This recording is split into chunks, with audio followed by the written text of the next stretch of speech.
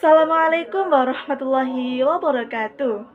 Halo teman-teman, perkenalkan aku Sofi Fatur Rahma dari kelas 10K nomor absen 18. Teman-teman, tahu tidak apa itu Khulafaur Rasyidin? Khulafaur Rasyidin merupakan khalifah pengganti Nabi setelah Nabi Muhammad SAW wafat. Mereka ditugaskan untuk menjadi pemimpin negara serta agama dan mereka mendapatkan petunjuk. Khulafaur Rasyidin ada 4 khalifah. Nah, dalam video kali ini kita akan membahas khalifah yang pertama, yakni Abu Bakar As-Siddiq. Abu Bakar As-Siddiq memiliki nama jahiliyah yakni Abdul Ka'bah. Beliau lahir dari sepasang suami istri yang bernama Abi Quhafa bin Amir dan Ummu Salma binti Sakhr. Nah, Abu Bakar As-Siddiq ini merupakan teman dekat Rasulullah.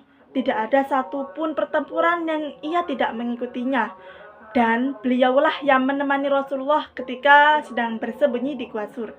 Dan beliau juga orang yang mempercayai mengenai peristiwa Isra Mi'raj pada tempo dulu. Nah, Abu Bakar As-Siddiq juga merupakan mertua Rasulullah SAW karena putrinya yakni Aisyah menikah dengan Rasulullah. Proses pemilihan.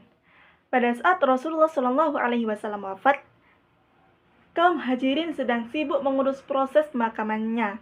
Namun di saat itu juga di Saqifah Bani Sa'idah, kaum Ansor sedang berkumpul untuk melantik Sa'ad bin Ubadah untuk menjadi penerus Rasulullah. Nah, kaum Muhajirin yang mendengar akan hal itu menyusul ke Saqifah Bani Sa'idah. Ada 3 orang yang ikut menyusul, yakni yang pertama Abu Bakar, yang kedua Umar bin Khattab, dan yang ketiga Abu Ubaidah bin Jarrah. Sampainya di sana, Abu Bakar mengemukakan pendapatnya, yakni yang pertama, kaum Muhajirin diantaranya termasuk ke dalam golongan as-sabiqun al-awwalun, yakni golongan yang pertama kali memeluk agama Islam.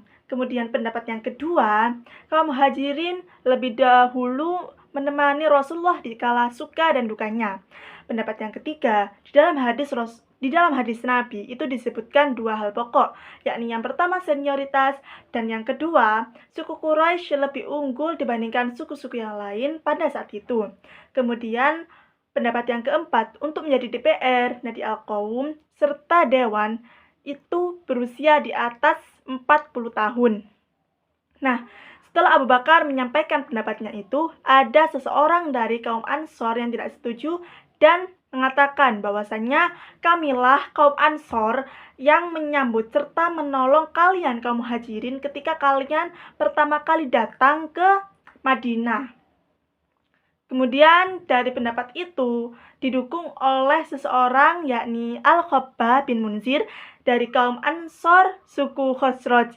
Beliau mengatakan bahwasannya kami lebih cocok untuk menjadi penerus Rasulullah, dan apabila bukan kami atau bukan dari kaum kami yang menjadi penerus dari Rasulullah, lebih baik kita memiliki pemimpin sendiri-sendiri saja. Nah, dari pernyataan ini sudah menimbulkan perpecahan. Oleh karena itu, di tengah-tengah itu ada seseorang dari kaum Ansor suku Aus, yakni Bashir bin Sa'ad. Beliau mengatakan bahwasannya kita tidak pantas berebut jabatan atau kekuasaan dengan kaum Muhajirin. Kita membela Islam, kita menolong Islam hanya untuk semata-mata mendapatkan ridho dari Allah Subhanahu wa taala dan sebagai ketaatan kepada Nabi Muhammad SAW. Nah, Rasulullah sendiri berasal dari suku Quraisy, oleh karena itu kaum merekalah yang lebih cocok untuk menjadi penerus Rasulullah. Nah, singkat cerita, Abu Bakar dilantik secara khusus atau dibaiat secara khusus di Saqifah Bani Sa'idah. Kemudian pada sore harinya, atau tepatnya ketika menjelang sholat Isya, Abu Bakar dilantik kembali secara lebih resmi dan lebih umum di Masjid Nabawi Madinah. Kebijakan dan strategi Abu Bakar. Di dalam masa Khalifah Abu Bakar, ia menemukan 3 golongan yang membangkang, yakni yang pertama, golongan orang murtad. Di masa kekhalifahan, ada beberapa kaum yang lebih memilih murtad atau keluar dari Islam dan melakukan kembali kegiatannya di masa jahiliyah, seperti menyembah patung atau berhala. Kemudian golongan yang kedua, yakni golongan yang tidak mau membayar zakat. Mereka berpikir hanya membayar zakat karena ada Rasulullah, dan ketika Rasulullah meninggal, mereka berpikir gugur pula kewajiban mereka untuk membayar zakat. Nah, dalam menangani hal ini, Abu Bakar bersikap secara tegas dengan cara memeranginya yang disebut dengan perang Riddah atau perang melawan kemurtadan. Dalam perang ini, Abu Bakar dibantu oleh seorang jenderal yang bernama Khalid bin Walid. Ia membantu dalam pendekatan persuasif maupun peperangan. Kemudian, golongan yang ketiga yakni orang-orang yang mengaku sebagai nabi. Di dalam kekhalifahannya ada orang-orang yang mengaku sebagai nabi atau adanya nabi palsu. Ada 4 orang yang mengaku sebagai nabi, yakni yang pertama Musailamah al-Kadzab dari Bani Hanifah, yang kedua Sajjah bin Tamimiyah dari Bani Tamimi, yang ketiga Tulaiha bin Khuwailid al-As'adi dari Bani As'ad, dan yang terakhir atau yang keempat yakni Al-Aswad al-Ansi dari Yaman.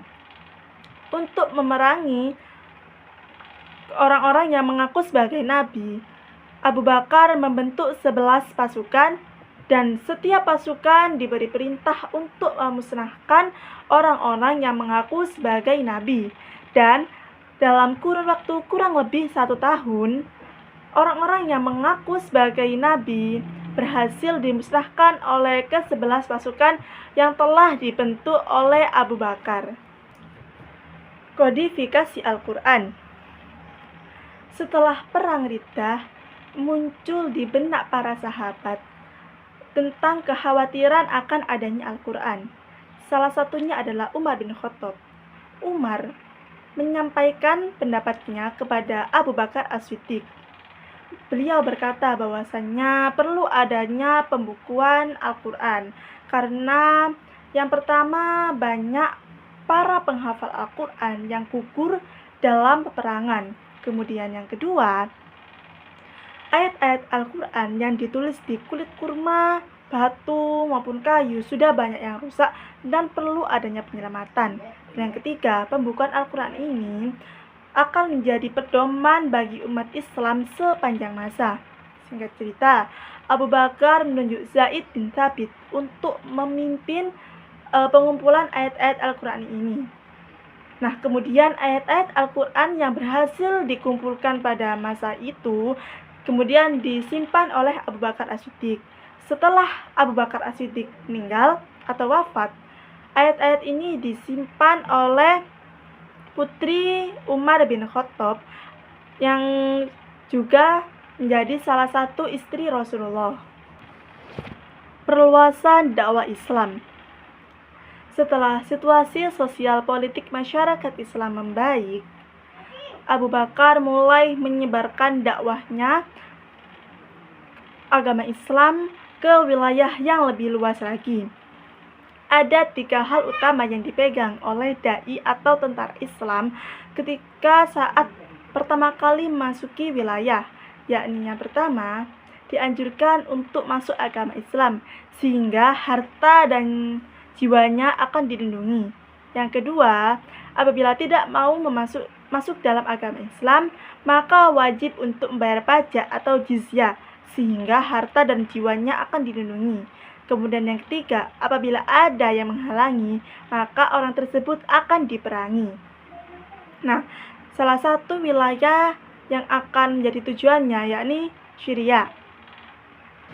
Akhir hayat Abu Bakar As-Siddiq. Setelah menjadi khalifah selama 2 tahun 3 bulan, ia kemudian jatuh sakit selama-lamanya 15 hari. Saat sebelum ia wafat atau ketika beliau sakit, ia merasa perlu untuk menunjuk sebagai penggantinya agar terhindar dari perpecahan antar umat Islam. Beliau menunjuk Umar bin Khattab untuk menjadi penggantinya, dan beliau bicara atau bermusyawarah kepada para sahabat yang lain, dan banyak dari mereka yang setuju akan hal tersebut.